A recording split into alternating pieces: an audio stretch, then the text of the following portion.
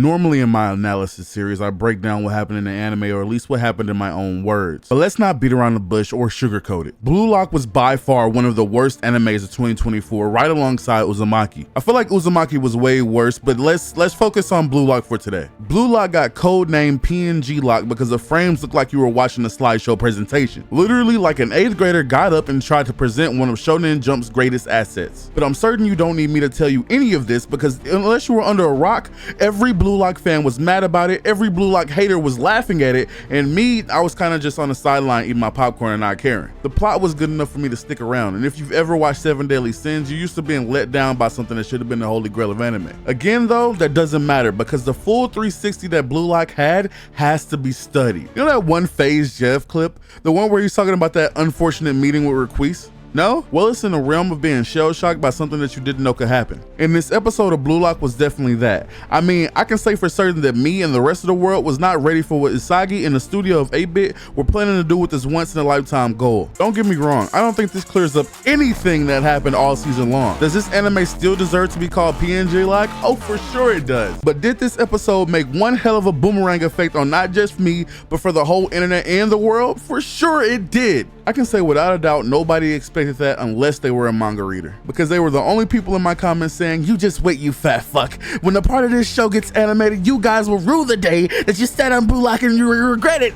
You will rue the day." And for once, I have to say those losers were actually right. One, about me being fat, and two, about this scene in Blue Lock changing anime forever. This is something I definitely did not expect. Like I said, normally with these analysis type / reviews / reaction type videos, whether it be ReZero, whether it be Danadon, whether it be Blue Box, whether it be anything that I decide to cover or say on my channel, it normally gets it normally gets broken down, you know? It normally goes through the ringer, goes through the process, goes through the editing steps. But this was definitely one of those 360 moments that you gotta just lean back in a chair all the way until you're almost falling on the ground and say, yo, what in the hell did I just watch?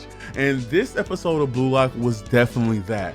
I did not expect this episode to go nearly as crazy as it went. Isagi's goal, Ren's facial expressions, the hand movements, the hand placements, the animation just going from literally -10 to a positive 1,000. Nothing in this episode or in this show during the season 2 process prepared me for what I was going to see.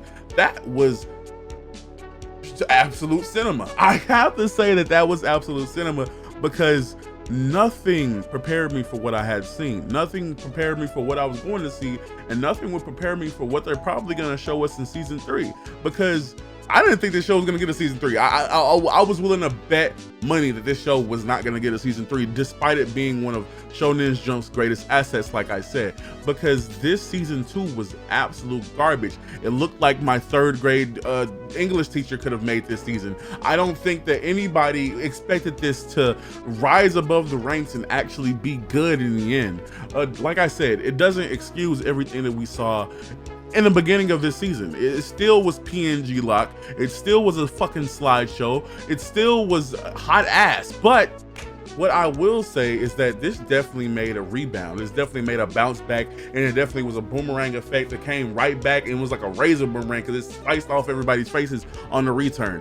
Maybe I'm being a little bit too graphic, and maybe this video won't get monetized, but that's besides the point, because this was absolutely crazy. I don't think anybody expected that, and I don't think, I know for a fact I didn't expect that. But tell me in the comments, what if you were a manga reader, did you expect this level of animation in this final episode? Or did you expect it to ever get this good? And if you aren't a manga reader, did you expect this to ever happen? You know, but without further ado, let me know down in the comments what you think about Blue Lock. What do you think about Blue Lock season 2, and what do you think about this final episode in Isagi's goal? I didn't expect it, and I'm kind of happy that it made this comeback. You know, honestly, I don't want any anime to fail. As an anime watcher and a manga reader now, I want to see everything in its best form, you know? I want to see black level Frieza, you know? You feel me? I want to see the best version, Ultra Instinct Goku of anime. I want to see it all. So for an anime to make this kind of return on investment, I'm actually really happy. You know, I really wanted to look at this because I don't like sports anime. So for this one to go super downhill and then spring right back up like Sonic, I'm happy. But let me know down in the comments what you guys think about that. And if you guys enjoyed this video, make sure to hit the subscribe button, that like button, and hit the little bell to show me some extra love. And other than that, I have nothing else to say, but Blue Lock is back. Good job, 8-Bit. Good job, because you almost sold the bag. But yeah, well, other than that, I have nothing else to say, but thank you for watching this video, and peace.